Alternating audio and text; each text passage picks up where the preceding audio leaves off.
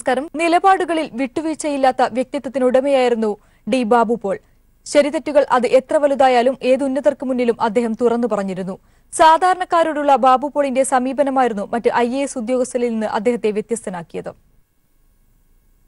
എറണാകുളം ജില്ലയിലെ കുറുപ്പുംപടിയിൽ ചിരോത്തോട്ടം PA പൗലോസ് കോർപ്പിസ്കോപ്പിയുടെയും Mary പോളിന്റെയും മകനായി 1941 ജനനം.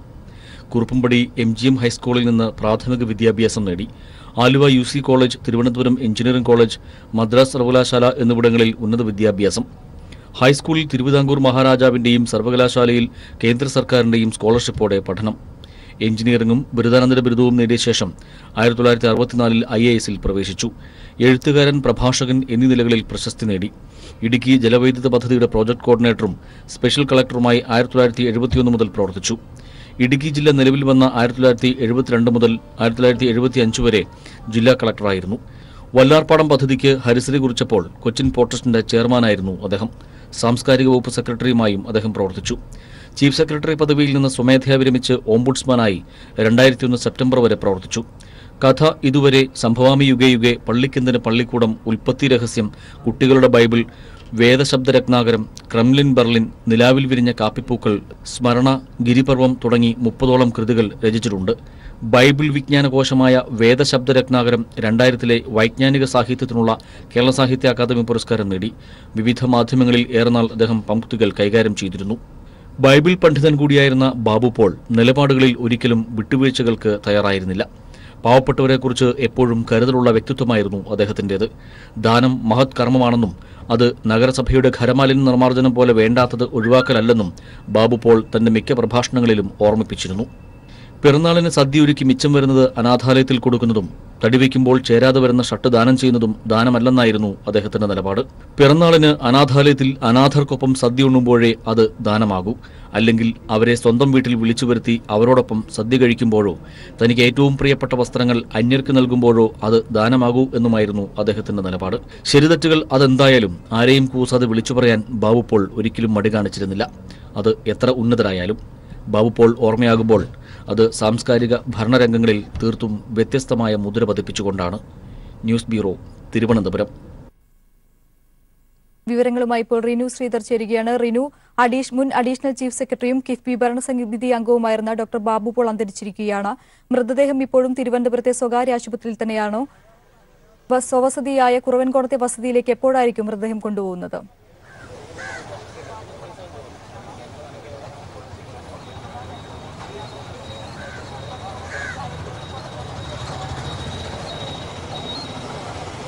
ജിജി, ഇന്ന് പുലർച്ചെ 1 മണിയോടുകൂടിയാണ് ഡോക്ടർ ഡി ബാബു പോൾ ഈ ലോകത്തോട് വിട പറഞ്ഞത് എന്നുള്ളതാണ്.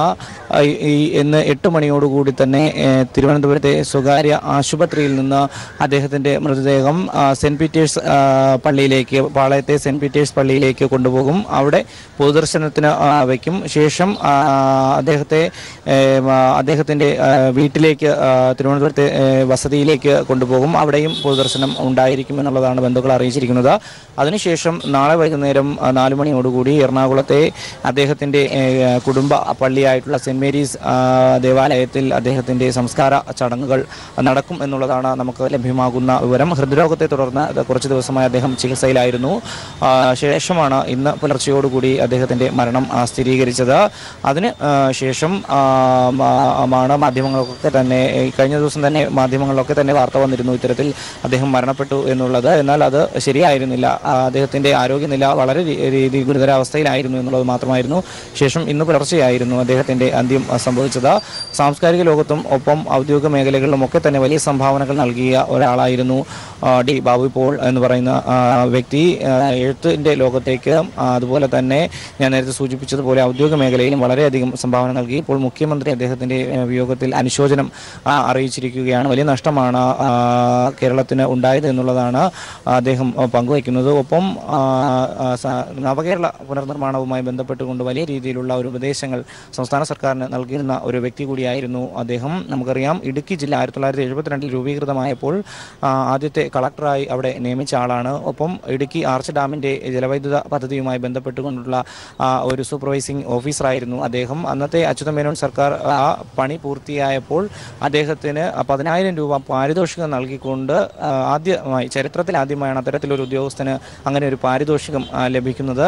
മറ്റൊന്ന് KSRTCയുടെ MD അതുപോലെ തന്നെ കേരള സർവകലാശാലയുടെ വൈസ് ചാൻസലർ എന്നീ നിലകളിലും അദ്ദേഹം സേവനമനുഷ്ഠിച്ചിട്ടുണ്ട്. ധനം അതുപോലെ തന്നെ പൊതുമേഖല, സാംസ്കാരിക വകുപ്പ് എന്നിവിടങ്ങളിലും അദ്ദേഹം സെക്രട്ടറിയായി സേവനം അനുഷ്ഠിച്ചു. അദ്ദേഹത്തിൻ്റെ സ്കൂൾ ജീവിതത്തിൽ ഉൾപ്പെടെ 1ാം റാങ്കോടുകൂടി പഠിച്ച് 1ാം റാങ്ക് കരസ്ഥമാക്കിയ അദ്ദേഹം IAS-ൽ 7ാം റാങ്കോടുകൂടിയാണ് പാസ്സായത്. തുടർന്ന് 21ാം വയസ്സിലാണ് അദ്ദേഹം ഔദ്യോഗിക ജീവിതത്തിലേക്ക് കടന്നു വരുന്നത്. ഔദ്യോഗിക ജീവിതത്തിൽ വലിയ രീതിയിലുള്ള മാറ്റങ്ങൾ സൃഷ്ടിക്കുവാൻ, അതായത് മലയാള ഭാഷ തന്നെ ഫയൽ എഴുതുന്നതിന് വേണ്ടി സ്വീകരിച്ച ഒരു വ്യക്തി. ഒപ്പം സാംസ്കാരിക സെക്രട്ടറി ആയിരുന്ന ഒരു സമയത്ത്, അന്ന് MA ബേബിയാണ് സാംസ്കാരിക വകുപ്പ് മന്ത്രി, ആ സമയത്താണ് അദ്ദേഹം എഴുത്തച്ഛൻ പുരസ്കാരം സംസ്ഥാനത്ത് കൊണ്ടുവന്നത്. ഇത്തരത്തിലുള്ള വലിയ സംഭാവനകളാണ് കേരളത്തിന് D. ബാബു പോൾ എന്ന വ്യക്തി നൽകിയത്. വലിയ മാറ്റങ്ങൾക്ക് വഴിവെച്ചു. അതായത് തെറ്റും ശരിയും നോക്കി ആരുടെയും മുഖം നോക്കാതെ കൃത്യമായിട്ടുള്ള നിലപാടുകൾ എടുക്കുന്ന ഒരു ഉദ്യോഗസ്ഥൻ കൂടിയായിരുന്നു D. ബാബു പോൾ. ഇത്തരത്തിൽ വലിയ രീതിയിലുള്ള ഒരു ഇടപെടൽ അദ്ദേഹത്തിന് സാധാരണക്കാരുടെ ഇടയിൽ കൊണ്ടുവരുവാൻ വേണ്ടി കഴിഞ്ഞു എന്നുള്ളതാണ്. അത്തരത്തിലുള്ള ഒരു ഔദ്യോഗിക മേഖലയിൽ ഒരു തിളക്കമാർന്ന ഒരു നേട്ടം അദ്ദേഹത്തിന് മുന്നോട്ട് വയ്ക്കാൻ കഴിഞ്ഞു. എന്തായാലും വലിയ രീതിയിലുള്ള ഒരു വിയോഗം തന്നെയാണ് D. ബാബു പോളിനെ ജനങ്ങളെ സംബന്ധിച്ച് D. ബാബു പോളിൻ്റേത്. റിനു, ഇടുക്കി കളക്ടർ പദവിയിലിരുന്ന് ഏഷ്യയിലെ ഏറ്റവും വലിയ ആശ്രമമായ ഇടുക്കി ജലവൈദ്യുത പദ്ധതി രൂപീകരിച്ചത് ഡോക്ടർ D. ബാബു പോളിന്റെ ഭരണ നേട്ടങ്ങളിൽ ഒന്നാണ്. ഇടുക്കിക്ക് എത്രത്തോളം ജനകീയനായ ഒരു വ്യക്തിയായിരുന്നു ഡോക്ടർ ബാബു പോൾ?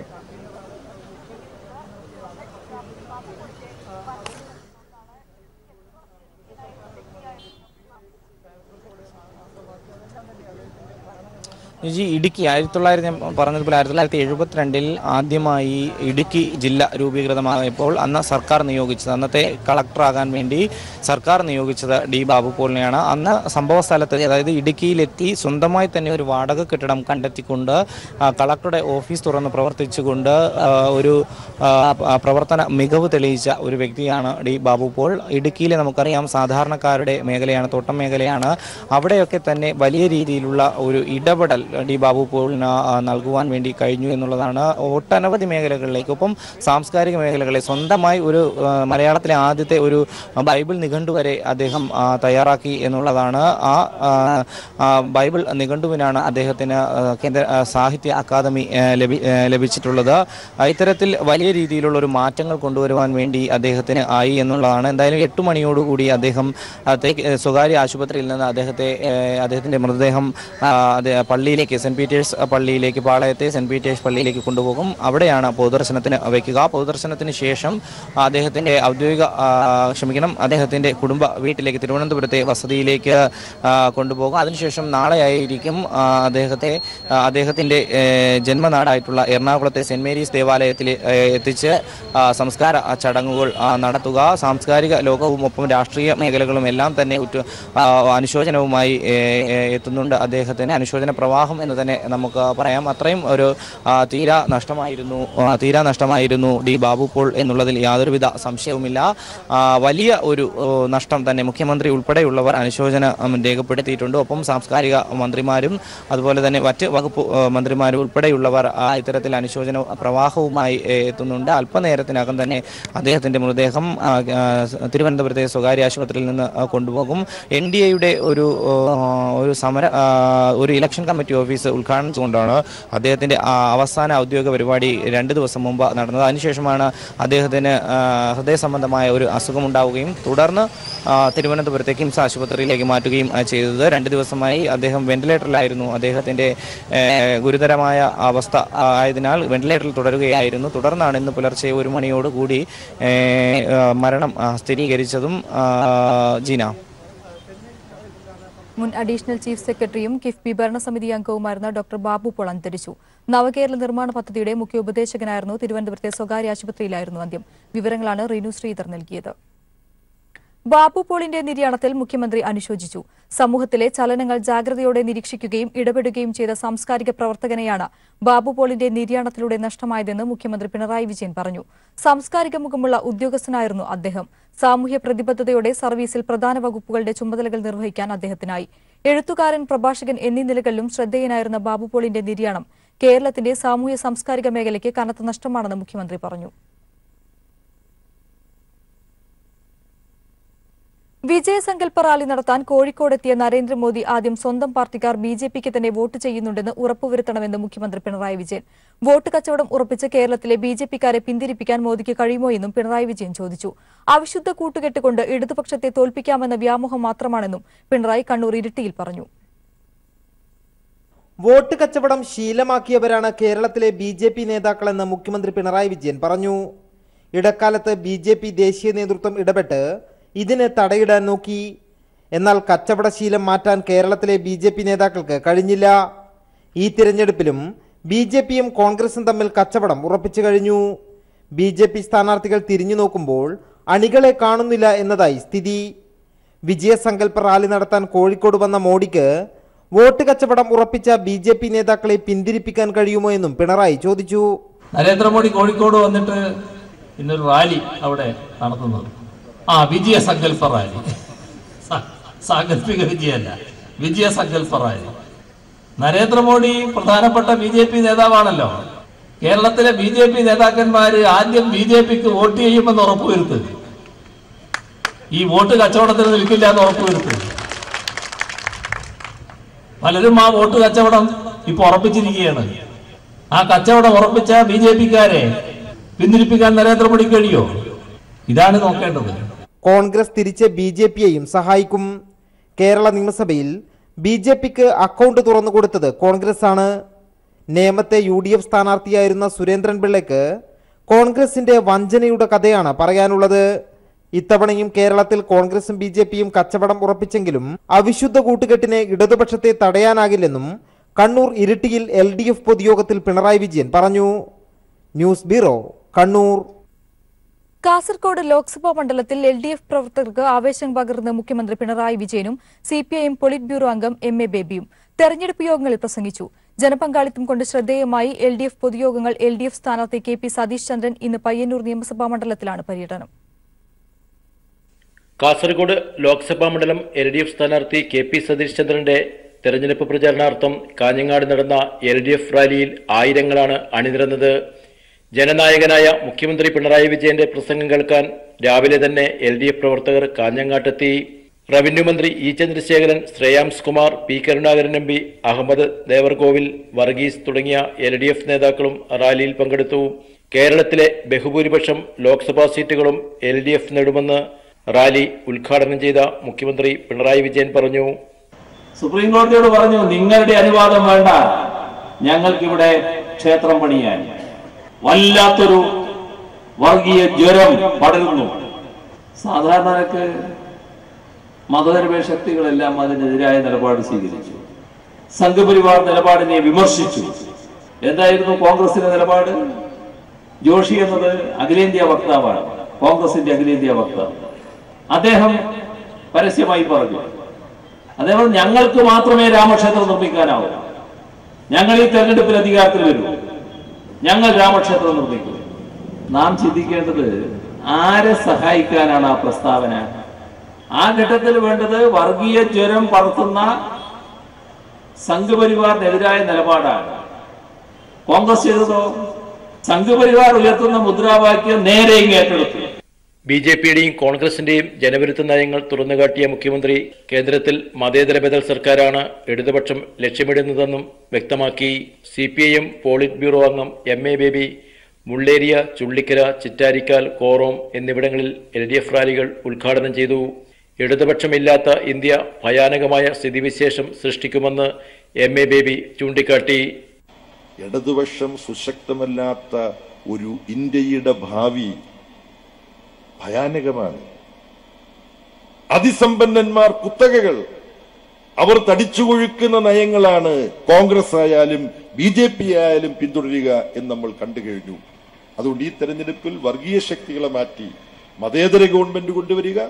ആ മതേതര ഗവൺമെന്റ് പാവപ്പെട്ട ജനങ്ങൾക്ക് വേണ്ടി ജനക്ഷേമത്തിലൂന്നിയ ചില പദ്ധതികൾ നടപ്പാക്കും എന്നുറപ്പാക്കാൻ വേണ്ടി സുശക്തമായ ഒരു ഇടതുപക്ഷം ലോക്സഭയിൽ ഉണ്ടാവും എന്നുറപ്പാക്കും. കാസർഗോഡ് ലോക്സഭാ മണ്ഡലത്തിൽ LDFന് വേണ്ടിയാണ് ഏറ്റവും കൂടുതൽ ദേശീയ സംസ്ഥാന നേതാക്കൾ പ്രചാരണത്തിലെത്തുന്നത്. News bureau, Kasaragod. മലപ്പുറത്ത് തെരഞ്ഞെടുപ്പ് ആവേശം അവസാന ഘട്ടത്തിലേക്ക് കടന്നതോടെ സംസ്ഥാന ദേശീയ നേതാക്കൾ പങ്കെടുക്കുന്ന പൊതുയോഗങ്ങളും റോഡ് ഷോകളുമാണ് പ്രചരണത്തിൽ പ്രധാനം. വി.എസ്. അച്യുതാനന്ദൻ, ഉമ്മൻചാണ്ടി തുടങ്ങിയ പ്രമുഖർ മുന്നണികൾക്ക് ആവേശം പകർന്ന് ഇന്ന് മണ്ഡലത്തിൽ പ്രചാരണത്തിനെത്തി. മണ്ഡല പര്യടനവും റോഡ് ഷോയും കൺവെൻഷനുകളും കുടുംബയോഗങ്ങളുമായി മണ്ഡലത്തിൽ നിറഞ്ഞു നിൽക്കുകയാണ് LDF സ്ഥാനാർത്ഥി VP സാനു. പ്രചാരണ രംഗത്തെ മേൽക്കൈ വോട്ടാകുമെന്ന പ്രതീക്ഷയിലാണ് സാനു. വലിയ ആത്മവിശ്വാസവും പ്രതീക്ഷയുമാണ് വന്നുകൊണ്ടിരിക്കുന്നത്. അനുദിനം അത് വർദ്ധിച്ചുകൊണ്ടിരിക്കുകയാണ്. ആളുകളുടെ പിന്തുണയും പ്രതീക്ഷയും എല്ലാം വർദ്ധിച്ചുകൊണ്ടിരിക്കുകയാണ്. വലിയ ആത്മവിശ്വാസമാണ് ഈ പര്യടനം ഈ നിലയിലേക്ക് 4ാം ഘട്ടത്തിലേക്ക് എത്തുമ്പോൾ ഉള്ളത്. രാവിലെ 9 മണി മുതൽ 11 മണി വരെ മണ്ഡല പര്യടനം, ഉച്ചകഴിഞ്ഞ് 5 മണി മുതൽ റോഡ് ഷോ. ഇങ്ങനെയാണ് UDF സ്ഥാനാർത്ഥി PK കുഞ്ഞാലിക്കുട്ടിയുടെ പ്രചരണ പരിപാടി. ഭൂരിപക്ഷം വർദ്ധിച്ചില്ലെങ്കിലും തോൽക്കരുതെന്ന നിർബന്ധം PK കുഞ്ഞാലിക്കുട്ടിക്കുണ്ട്. കുറച്ചുകൂടി മുന്നോട്ട് പോകുമ്പോഴേ കണക്കൊക്കെ കൂട്ടുള്ളൂ. ഇതുവരെ കണക്കൊന്നും കൂട്ടാൻ മെനക്കെട്ടിട്ടില്ല. ഞാൻ എല്ലാ സ്ഥലത്തുമൊക്കെ പ്രചരണത്തിന് പോയി കിട്ടുന്ന സമയം ഇവിടെ പ്രചരണത്തിന് വേണ്ടി ഉപയോഗിക്കുന്നുണ്ട്. നല്ല ഭൂരിപക്ഷം ഉണ്ടാവും എന്നാണ് പ്രവർത്തകന്മാരുടെ വിലയിരുത്തൽ.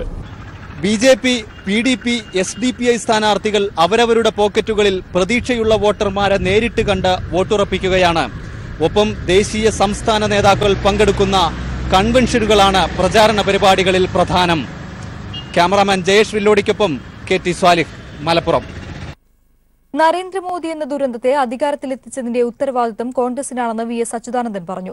റഫേൽ എന്നാൽ കളവെന്നാണ് കുട്ടികൾ പോലും കരുതുന്നതെന്നും കർഷക ആത്മഹത്യകൾ കാണാൻ ചൌക്കിദാർക്ക് കഴിയുന്നില്ലെന്നും വി.എസ്. അച്യുതാനന്ദൻ പറഞ്ഞു.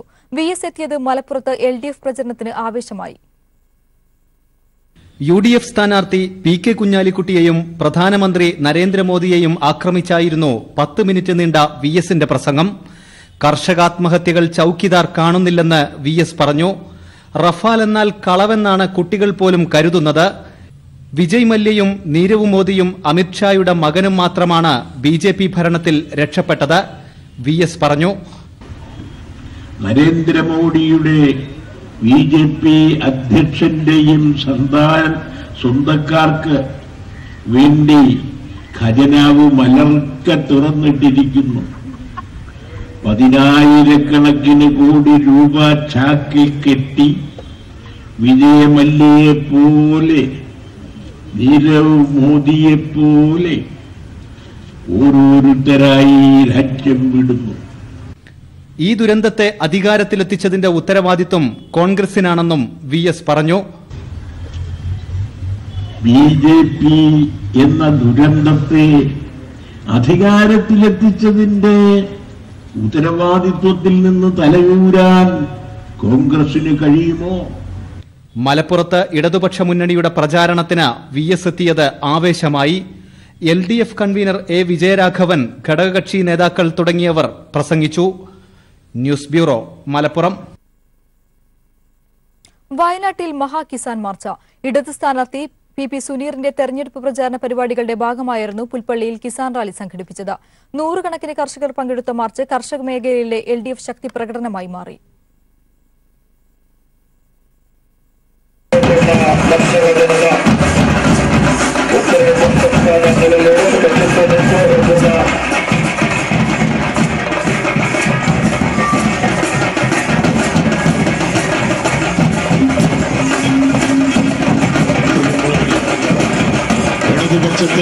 കർഷക പാർലമെന്റിന് ശേഷമായിരുന്നു പുൽപ്പള്ളിയിലെ ഇടത് സംഘടനാ ശക്തി പുറത്തെടുത്ത മഹാകിസാൻ മാർച്ച്. 100 കണക്കിന് ആളുകൾ പുൽപ്പള്ളി നഗരത്തെ ചെങ്കടലാക്കി മാറ്റി.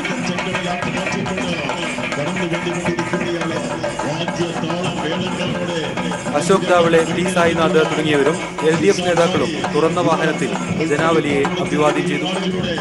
കിസാൻ മാർച്ചിന് ശേഷം പുൽപ്പള്ളിയിൽ നടന്ന പൊതുയോഗം കാനം രാജേന്ദ്രൻ ഉദ്ഘാടനം ചെയ്തു. കർഷകർക്ക് നൽകിയ വാഗ്ദാനങ്ങൾ പാലിക്കാത്തവരാണ് കോൺഗ്രസും BJPയും. എന്നാൽ ആത്മഹത്യയല്ല, പോരാട്ടമാണ് വഴിയെന്ന് ഇന്ത്യൻ കർഷകർ തിരിച്ചറിഞ്ഞുവെന്നും അദ്ദേഹം പറഞ്ഞു. വളരെ ശക്തമായ കർഷക വികാരം വളർന്നു വരുന്നു എന്നത് രാജസ്ഥാനിലെയും മധ്യപ്രദേശിലെയും BJP ഗവൺമെന്റുകൾ അധികാരത്തിൽ നിന്ന് പുറത്തുപോയതോടെ നമുക്ക് അറിയാം. ഈ 5 വർഷക്കാലം കൊണ്ട് ആത്മഹത്യയല്ല, പോരാട്ടമാണ് കൃഷിക്കാരന്റെ വഴി എന്ന് ഇന്ത്യയിലെ കൃഷിക്കാരൻ തിരിച്ചറിഞ്ഞ ഒരു ബന്ധം. കർഷക പ്രതിഷേധങ്ങൾ ശക്തമാക്കി മണ്ഡലത്തിൽ വിവിധ മേഖലകളിൽ റാലികളും പൊതുപരിപാടികളും സംഘടിപ്പിക്കുകയാണ് LDF. കൽപ്പറ്റയിലെ മഹാറാലിയിലെയും പുൽപ്പള്ളിയിലെ കർഷക മാർച്ചിലെയും ജനപങ്കാളിത്തം LDFന് ആത്മവിശ്വാസം വർദ്ധിപ്പിക്കുന്നു. News bureau, Wayanad. RSS ഉയർത്തുന്ന തീവ്ര വർഗീയതയെ മൃദു ഹിന്ദു വർഗീയത വീക്ഷണം കൊണ്ട് എതിർക്കുന്നതാണ് കോൺഗ്രസിന്റെ നയമെന്ന് മന്ത്രി MM മണി. ഇന്ത്യയുടെ നിലനിൽപ്പിനായി ഇടതുപക്ഷം ശക്തിപ്പെടണമെന്നും MM മണി പറഞ്ഞു. പത്തനംതിട്ട പാർലമെന്റ് മണ്ഡലത്തിലെ ഇടതുമുന്നണി സ്ഥാനാർത്ഥി വീണ ജോർജിന്റെ തെരഞ്ഞെടുപ്പ് പ്രചരണത്തിന്റെ ഭാഗമായി ഇടതുപക്ഷ യുവജന സംഘടനകളുടെ ആഭിമുഖ്യത്തിൽ പത്തനംതിട്ടയിൽ സംഘടിപ്പിച്ച യൂത്ത് പാർലമെന്റ് ഉദ്ഘാടനം ചെയ്ത് സംസാരിക്കുകയായിരുന്നു അദ്ദേഹം. പത്തനംതിട്ട ലോക്സഭാ മണ്ഡലത്തിലെ ഇടതുമുന്നണി സ്ഥാനാർത്ഥി വീണ ജോർജിന്റെ തെരഞ്ഞെടുപ്പ് പ്രചാരണത്തിന്റെ ഭാഗമായാണ് ഇടതുപക്ഷ യുവജന സംഘടനകളുടെ ആഭിമുഖ്യത്തിൽ പത്തനംതിട്ടയിൽ യൂത്ത് പാർലമെന്റ് സംഘടിപ്പിച്ചത്. യുവജനങ്ങളുടെ പങ്കാളിത്തം കൊണ്ട് ശ്രദ്ധേയമായ യൂത്ത് പാർലമെന്റിന്റെ ഉദ്ഘാടനം വൈദ്യുതി വകുപ്പ് മന്ത്രി MM മണി നിർവഹിച്ചു. RSS ഉയർത്തുന്ന തീവ്ര വർഗീയതയെ മൃദു ഹിന്ദു വർഗീയ വീക്ഷണം കൊണ്ട് എതിർക്കുന്നതാണ് കോൺഗ്രസിന്റെ നയം. ഇത് അപകടമാണ്. വർഗീയതയെ കൂട്ടുപിടിച്ച് തെരഞ്ഞെടുപ്പിനെ നേരിടുന്ന കോൺഗ്രസും BJPയും ഒരേ നാണയത്തിന്റെ രണ്ട് വശങ്ങളാണെന്നും ഇന്ത്യയുടെ നിലനിൽപ്പിനായി ഇടതുപക്ഷം ശക്തിപ്പെടണമെന്നും MM മണി പറഞ്ഞു. ഹിന്ദു വർഗീയവാദത്തിന്റെ കളി, തീവ്ര ഹിന്ദു വർഗീയവാദം RSS സംഘപരിവാർ ശക്തികള് കോൺഗ്രസ് പ്രിയമുള്ളവരെ മൃദു ഹിന്ദു വർഗീയവാദം ഉയർത്തിക്കൊണ്ട് രാജ്യത്തെ ജനങ്ങളുടെ കണ്ണിൽ മണ്ണിടാൻ, വോട്ട് മേടിക്കാൻ, വീണ്ടും അധികാരത്തിൽ വരാനുള്ള തത്രപ്പാടിൽ അപമാനകരമായ ചുറ്റുപാടിലാണ് ഇന്നത്തെ ദേശീയ രാഷ്ട്രീയ രംഗം. പാർലമെന്റ് തെരഞ്ഞെടുപ്പുമായി ബന്ധപ്പെട്ട് പ്രിയപ്പെട്ടവരെ ഇന്ന് നിലനിൽക്കുന്നത് എന്ന കാര്യം ഞാൻ ഈ അവസരത്തിൽ ഓർമ്മപ്പെടുത്തുവാൻ ആഗ്രഹിക്കുകയാണ്. അതുകൊണ്ട് RSSും BJPയും കോൺഗ്രസിൽ നിന്ന് റിക്രൂട്ട്മെന്റ് നടത്തുക, ആളെ റിക്രൂട്ട്മെന്റ് നടത്തുക, MLA-മാരെ MP-മാരെ ചാക്കിട്ട് പിടിക്കുക. ജില്ലയിലെ 1046 ബൂത്തുകളിൽ നിന്ന് ഇടതുപക്ഷ യുവജന സംഘടനാ പ്രവർത്തകർ നഗരത്തിന്റെ വിവിധ ഭാഗങ്ങളിൽ നിന്ന് കേന്ദ്രീകരിച്ച് പ്രകടനമായാണ് യൂത്ത് പാർലമെന്റിൽ സംബന്ധിച്ചത്. സമ്മേളനത്തിൽ G. ബൈജു അധ്യക്ഷനായി. PB സതീഷ് കുമാർ സ്വാഗതം പറഞ്ഞു. CPIM സംസ്ഥാന സെക്രട്ടേറിയറ്റ് അംഗം KJ Thomas, advocate K. Ananthagopal, KP Udayabhanu, AP Jayan, R. Shyama, R. Harish തുടങ്ങിയവരും സന്നിഹിതരായി. News bureau, Pathanamthitta.